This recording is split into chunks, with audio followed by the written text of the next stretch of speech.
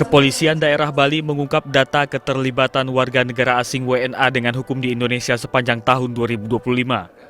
Kapolda Bali Irjen Pol Danil Aditya Jaya dalam rilis capaian kinerja Polda Bali di Denpasar, Selasa, menyatakan pada tahun 2025 jumlah WNA yang menjadi korban kriminalitas sebanyak 339 orang, naik 47% dari tahun 2024 yang berjumlah 230 orang. Kejahatan yang menimpa wisatawan atau turis asing didominasi kasus pencurian biasa dan pencurian dengan pemberatan.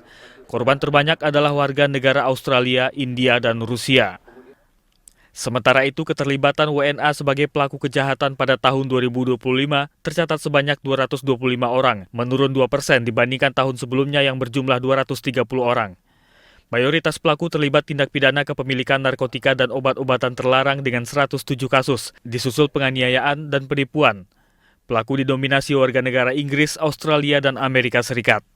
Salah satu kasus keterlibatan WNA yang menonjol yakni penembakan warga negara Australia yang ditangani Polres Badung.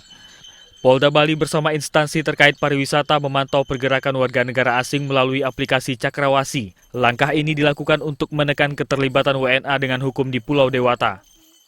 Masih secara aplikasi ya, untuk mengetahui mereka tinggal di mana, pergerakannya tinggal di mana, dan lain sebagainya. Kenapa ini perlu? Supaya kita juga mengetahui kegiatan-kegiatan bersangkutan apakah betul hal yang wajar atau tidak.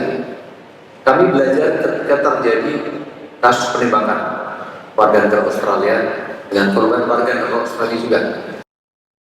Danil juga menegaskan kepolisian berkolaborasi dengan pemerintah Provinsi Bali, imigrasi, PHRI, dan masyarakat dalam pengawasan dan penertiban orang asing di Bali.